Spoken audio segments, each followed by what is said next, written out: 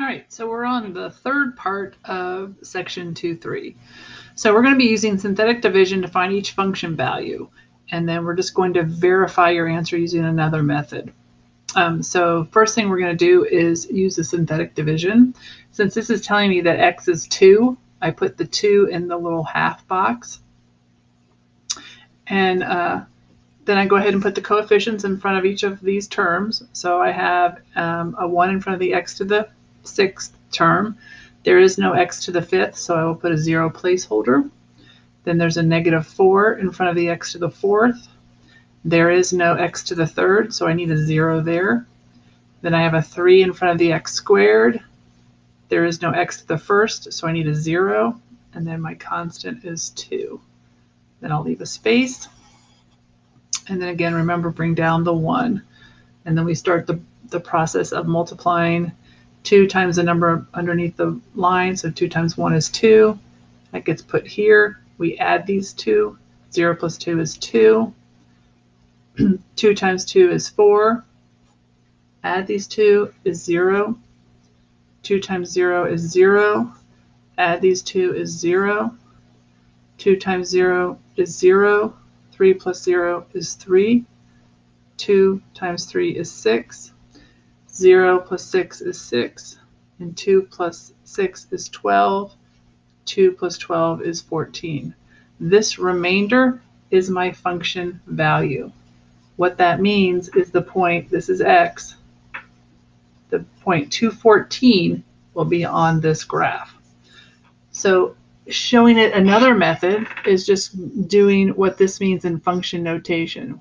This means that I'm going to replace all my x's with 2, and whatever I get, that's going to be my y value. So 2 to the 6th minus 4 times 2 to the 4th plus 3 times 2 squared plus 2. So 2 to the 6th power is 64 minus 2 to the 4th is 16 times -4 is -32. Oops, sorry. That's not -32. 2 to the 4th is 16 times -4 is -64. 2 squared is 4 times 3 is 12 plus 2. 64 minus 64 is 0 plus 12 is 12 plus 2 is 14. So that's just verifying it a different way.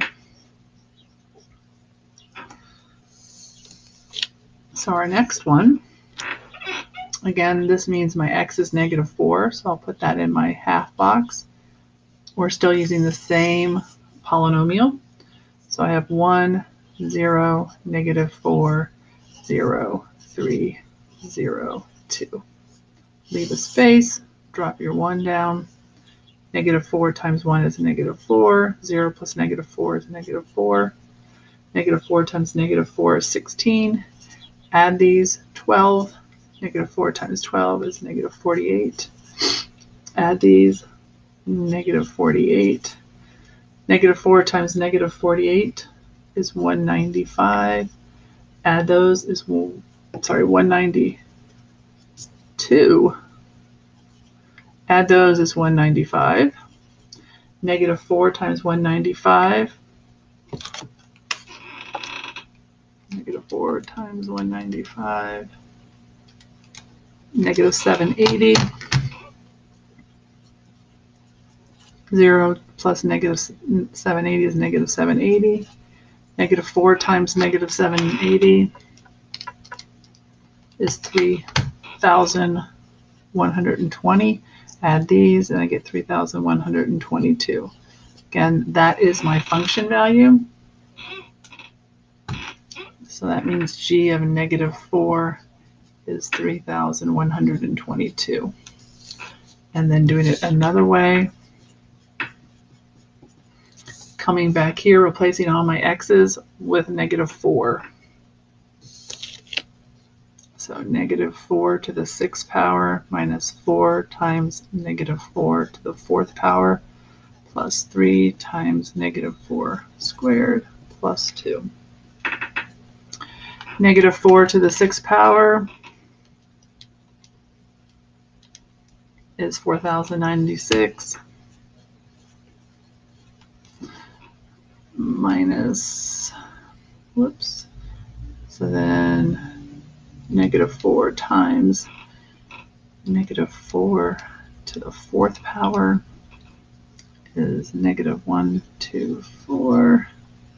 -4 squared is 16 times 3 is 48 plus 2. And then we'll just add those up.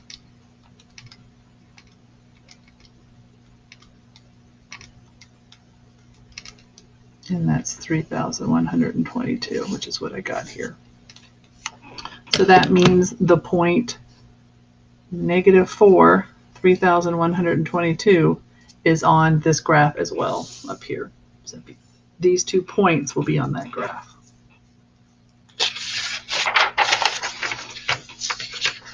All right, the last 2 examples is find the remaining zeros using given the zero factor, find the remaining zeros using the given zeros / factors and use your graphing calculator to verify your results. So they're telling me that x equals 2 is a factor. So what that means is if I do synthetic division with this polynomial, I'm going to have no remainder, which that should make sense because that is a factor. And then what I'm going to be left with, I will take that and factor that with that remaining polynomial. And hopefully that'll make sense once we're finished with that. So we take the 1 here. There is no x squared, so I need a 0 minus 28 and then 48. Bring down the 1. 2 times 1 is 2, add. 2 times 2 is 4, add.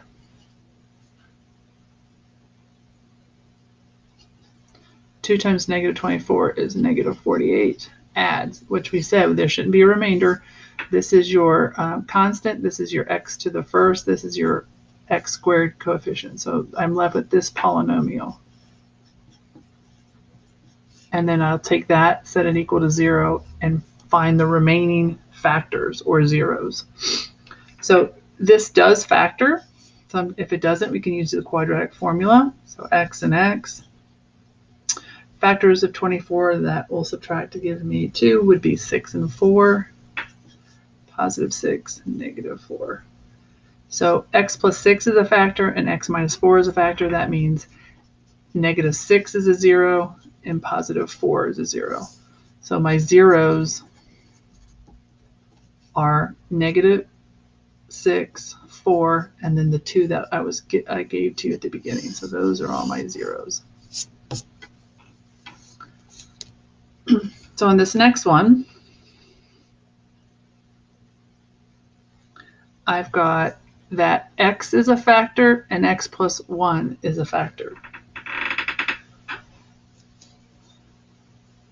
So we can do synthetic division with x first, which really, if I know this is a factor, if I divide all of these by x,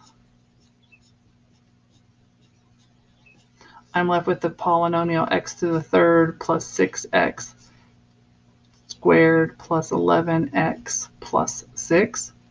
And then if x plus 1 is a factor, that means x equals -1. So then I'm going to use this polynomial and knowing this to get me down to a polynomial of a degree of 2 and then see if that factors. And if it doesn't factor, I'll use the quadratic formula. So I set this equal to 0 and get x equals -1. So that's what goes in my little half box. And then I've got my coefficients of 1, 6, 11, and 6. I don't need any placeholders. Bring down the 1. -1 times 1 is -1.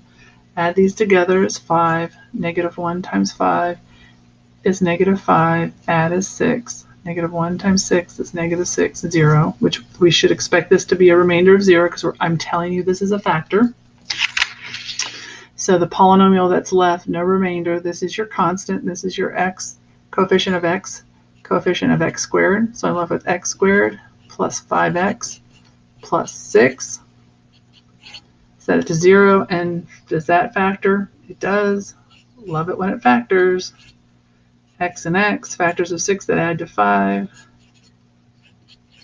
So these two are factors, and my zeros are -3 and -2. So all my zeros are -3, -2, 0, and -1. And this function, this polynomial, has a degree of 4, and you notice you have 4 zeros. All of these, which are real, up here you have a polynomial with a degree of 3, and you also have 3 zeros. These are all real. Sometimes you'll get zeros that are imaginary, but we're not going to take a look at those until we get further along in chapter 2. So that's the end of section T3. You can now work on your homework. Talk to you later. Bye-bye.